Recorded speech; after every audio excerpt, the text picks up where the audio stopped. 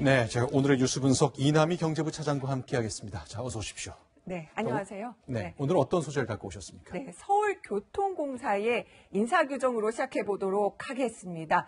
1,900명이요. 부부나 부모, 자식 등 가족관계로 얽힌 교통공사에는 이런 채용 규정이 있었습니다. 임직원, 가족, 친척의 우대 채용을 금지한다. 김수현 앵커. 네. 보통 회사에서요, 이런 채용 규정이 있다는 말 들어보셨습니까? 글쎄요, 가족을 우대해서는 안 된다는 건 너무나 상식적인 얘기인데 그걸 굳이 이렇게 명문화했군요. 저 들어보지 못했습니다. 이렇게 너무나 당연한 규정이 생기기까지 도대체 어떤 일들이 있었을까요? 차례로 짚어보도록 하겠습니다.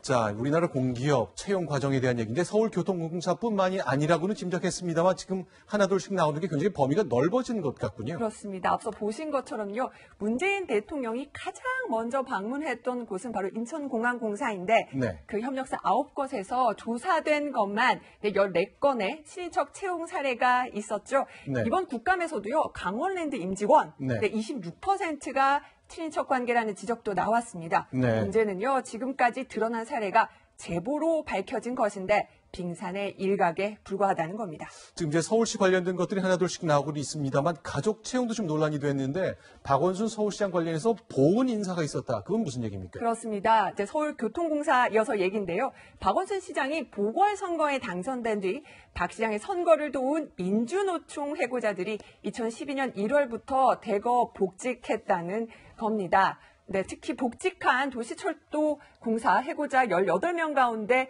10명은 대법원에서 정당 해고 확정 판결을 받았는데요. 네. 당시 고용노동부는 서울시가 정치적인 논리로 이런 복직 결정을 했다라고 지적을 했고요. 서울시는 노사 합의사항이고 시와 무관하다는 해명을 내놓기는 했었습니다.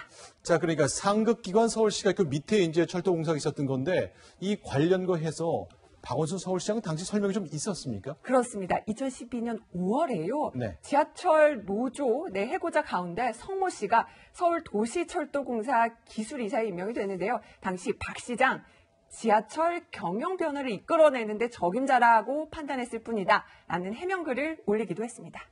그러니까 앞서 저희가 지금 리포트 봤습니다만 사실은 이제 19살 청년 김군이 숨졌을 때 안전을 위해서라면 돈을 좀 쓰더라도 정규직으로 다 옮기자. 그래서 책임감을 높이자 그랬잖아요. 근데 리포트 보니까 영 달랐군요. 그러니까요. 서울시는 2016년 5월에 구역 스크린도어 사고를 계기로 안전 업무 중심의 정규직 전환을 추진했었습니다. 하지만 노사 합의 과정에서 식당 직원 또 이발사 같은 일반 업무직까지 대상이 확대가 된 건데요. 노조의 입김이 이만큼 컸던 겁니다. 여당에서도요. 네. 박원순 시장 좀 물러진 게 아니냐 하는 우려가 나왔습니다. 근데 궁금한 것이 비정규직을 정규직으로 바꾸는 것, 그건 철저하게 인사권이라 노사 합의의 대상이 아니라 경영권에 대한 것 같은데 노사 합의로 그런 결정이 나왔군요. 공기업은요. 네. 정권이 바뀌면 사장도 바뀝니다.